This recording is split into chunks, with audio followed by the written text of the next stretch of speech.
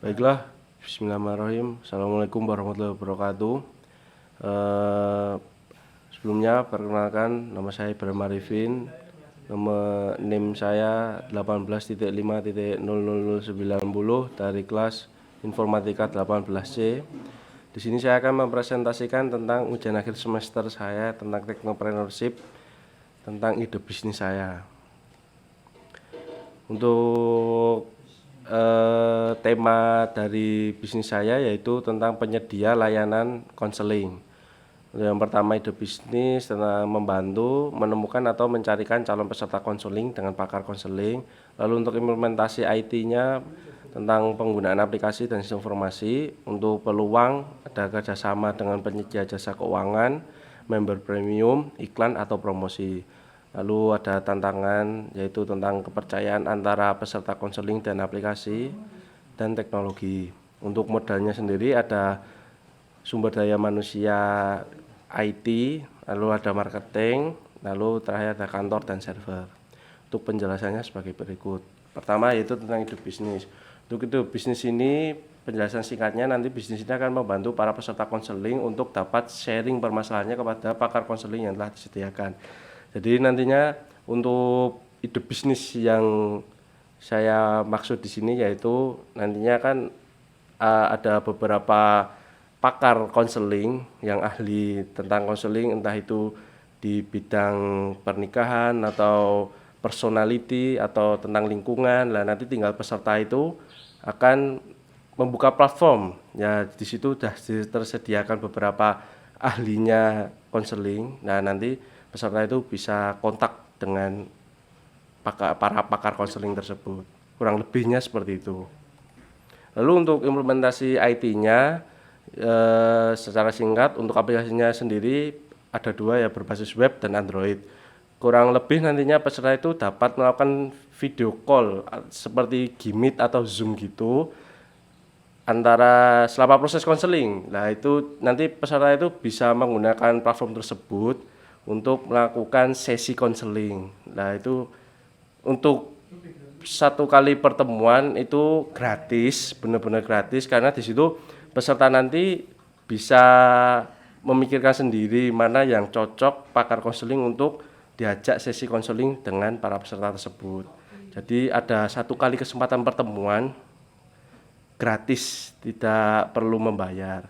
Karena setelah sesi percobaan ini selesai, nanti apabila cocok, maka kedepannya tentunya akan ada kontak transaksi seperti itu, sampai peserta konseling ini merasa puas dengan jasa ini, bisnis ini, kurang lebih seperti itu.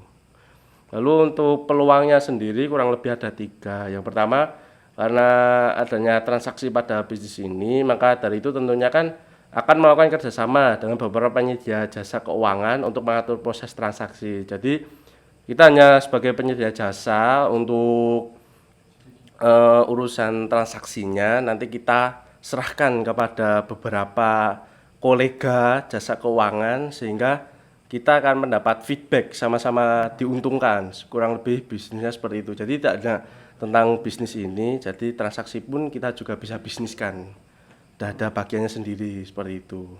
Lalu yang kedua, dengan adanya pendaftaran member premium, maka pengguna aplikasi tidak perlu melihat iklan yang muncul ketika aplikasi sedang digunakan. Dan dengan mendaftar sebagai member premium juga maka akan tersedia lebih banyak pilihan pakar konseling yang bisa dipilih. Jadi seperti kurang lebih hampir sama kayak aplikasi Halodoc. Jadi di situ kan ada beberapa dokter, kalau di sini nantinya ada beberapa pakar konseling.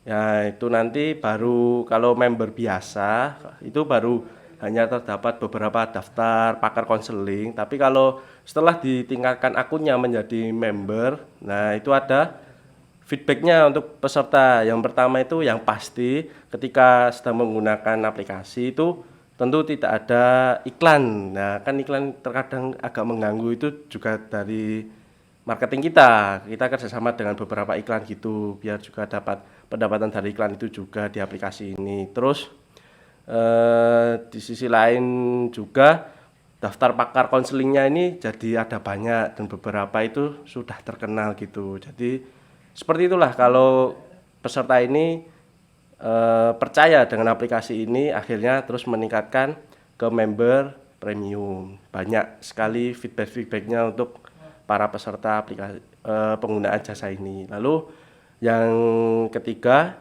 tentunya kita juga akan memasang iklan supaya dapat income selain dari aplikasi itu sendiri. Ya, ini seperti poin ini seperti yang saya jelaskan tadi. Jadi kita juga akan kerjasama dengan beberapa iklan gitu untuk ditampilkan di aplikasi ini. Seperti itu.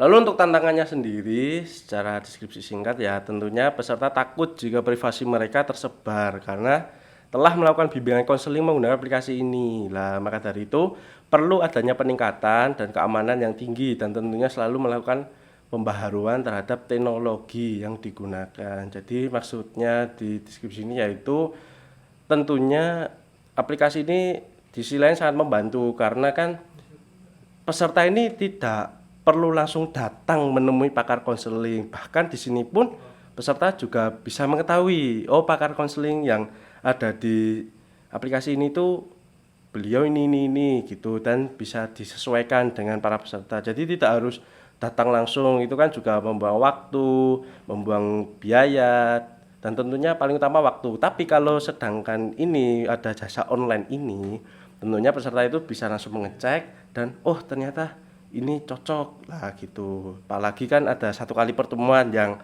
gratis ya, jadi di situ bisa istilahnya berkomunikasi terlebih dahulu, dan itu tergantung komunikasinya nggak terbatas, itu tergantung dari pihak pakar konselingnya yang akan memberikan estimasi waktunya untuk sesi konseling yang perkenalan ini, entah itu setengah jam, 1 jam atau 2 jam, itu dari pihak pakar konselingnya, bukan dari kita penyedia jasa aplikasi ini, seperti itu.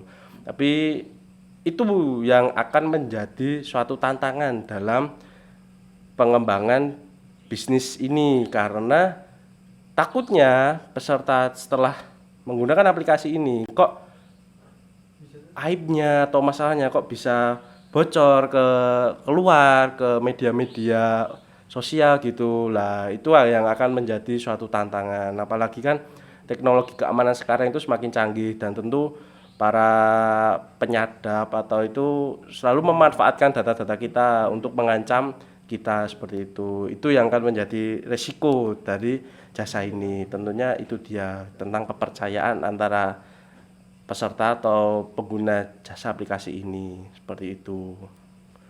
Lalu selanjutnya untuk modal sendiri yang paling utama itu ada 3. Yang pertama itu kantor dan server. Di sini itu sangat perlu adanya kantor dan server karena dengan adanya kantor atau base ini itu sebagai pusat pengoperasian kita bekerja. Istilahnya itu di situ ada kantornya, jelas gitu di situ startup kita. Lalu untuk servernya sendiri kan perlu ada tempat lah, makanya perlu adanya kantor sebagai pusat server ini. Lalu yang kedua itu tentunya ada sumber daya manusia yang canggih di bidang IT supaya dapat memelihara atau memanajemen teknologi yang kita miliki, server tentunya biar tidak down saat melakukan sesi konseling, seperti itu. Tentunya juga yang paling utama dapat menjaga server kita supaya tidak dapat disusupi dan dibocorkan, dapat ya seperti itulah, nanti takutnya aib dari peserta nanti kesebar waktu konseling karena disusupi hacker. Nah, seperti itu nanti direkam waktu sesi, takutnya seperti itu bisa dimanfaatkan aib-aibnya untuk mengancam para peserta ini.